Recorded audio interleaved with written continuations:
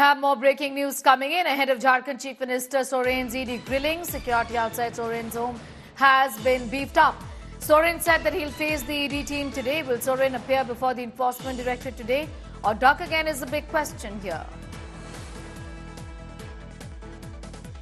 The security outside Hemant Soren's residence has been beefed up. The JMM has put up a brave front, essentially saying that there is in fact pressure on Soren also to succumb, but he won't, unlike other leaders.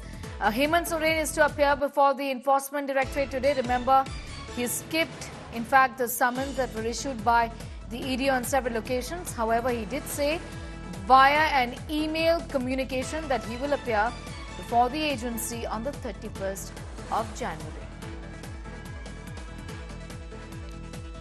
Suspense continues whether he will be attending the ED grilling or not. He skipped 9 summons already. The 10th issued on the 27th of January. He's agreed to appear before the ED for questioning at his official residence in Ranchi. Sources close to the office of the CM say he's exploring legal options.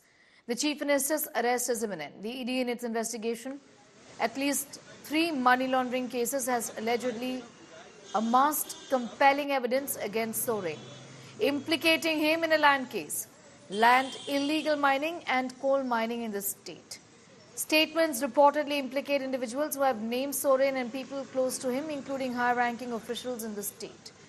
ED sources say have also documentary evidence to link Soren with Benami properties bought using proceeds of crime. Meanwhile, the Chief Minister wrote to the ED saying the central agency's order reeks of malice.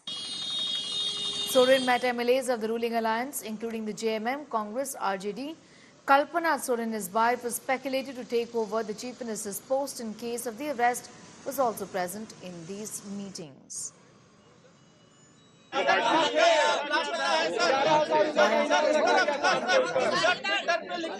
आपके दिल में थे, फिर क्या दिक्कत है? ये सूत्र को मैं जानना चाहूंगा कि वो सूत्र कहाँ से मिल रहे हैं और कौन से सूत्री में है। कि मैं भी परेशान हूँ। 2 कॉल आ चुके हैं मुझे, आप के कलीगों ने किया मुझे। ये सूत्र में जानना चाहता हूँ, सूत्र कौन है जो दुबे जी के इतने करीब है, वो हमारे करीब नहीं आना चाह रहे हैं। तो एक तरीके से ये आप कह रहे हो कि ट्वीट करके वो भ्रमित करने की कोशिश कर रहे हैं जनता को। स्वाभाविक चीज है। तो हम कह सकते हैं कि जो सोरेन परिवार है उसमें कोई विभाजन नहीं है, उसमें सब एक साथ ही है। अभी सोरेन परिवार ही नहीं, पूरा झारखंड मुक्ति मोर्चा एक परिवार है और सब में एकता बनी। वहाँ पे व्यवस्था धूल धूसरित हो रही है और अनिश्चितता के दौर में पूरे झारखंड के नागरिकों को धकेला जा रहा है। इस तरह की स्थिति के लिए जनता नहीं चुनती। जनता चुनती है कि जनता के हितों की रक्षा हो, सुरक्षा हो। तो ये सारी चीज़ें आज जिस रूप में दिख रही है, ये किसी न किसी तरीके से झारखंड के गरिमा को भी ठेस पहुंचा रही है और व्यवस्था पर भी सवाल खड़े हो रहे हैं। देखिए, ईडी तो जो सवाल पहले कर चुकी है, उन्होंने लिखित में भी सब कुछ दिया। 2 बार ईडी के साथ बैठकर उन्होंने 8 घंटे, 9 घंटे, 7 घंटे तक अपनी बात कही है। तो कोई नई बात तो है नहीं, उन्हीं बातों को दोहराएगी जिसके लिए वो पूरी तरह से तैयार है। उनका सारा डॉक्यूमेंट्स दिया हुआ है इनकम टैक्स में और हर जगह।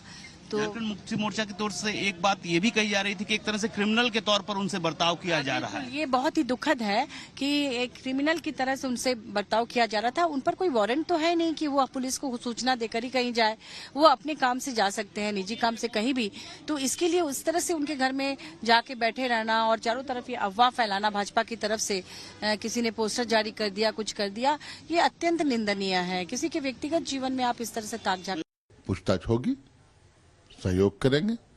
प्रश्नों का जवाब पहले भी दिया था, आज भी देंगे। लेकिन एक जो पूर्वाग्रह दिखता है केंद्रीय एजेंसियों का, लगता है कोई टास्क मिला हुआ है ऊपर से। किस लिए मिला है? आप क्या करना चाहते हैं?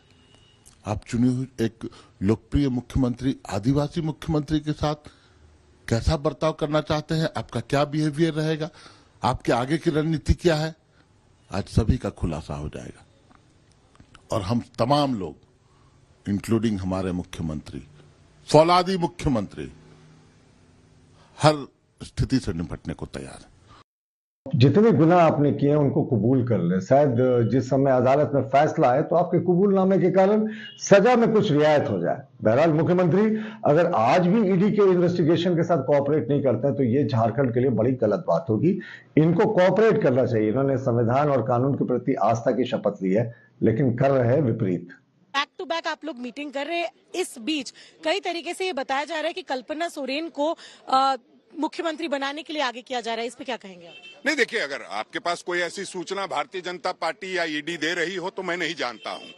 मैं इतना जानता हूं कि सरकार के मुखिया हेमंत सोरेन हैं, हेमंत सोरेन रहेंगे, और जो पूछताछ करने की बात है तो ईडी पूछताछ करेगी। पिछले बार भी करने आई थी, करके गई थी, कल भी आएगी, कल भी करके जाएगी। जो मीटिंग्स आप लोग बैक टू बैक कर रहे हैं, एक तरीके से वो ईडी के एक्शन के बाद ही दिखने को मिल रहा है। नहीं, देखिए, उससे पहले भी हम लोग मीटिंग करते रहे हैं, लेकिन जब कोई साजिश और षड्यंत्र करता है तो निश्चित रूप से उसके लड़ने के लिए तमाम तरह की चीजों को देखना पड़ता है। आप जानते हैं कि आदरणीय राहुल गांधी जी भारत जोड़ो न्याय यात्रा पे आ रहे हैं और उसमें ये लोग अन्याय करके दिखाना चाह रहे हैं।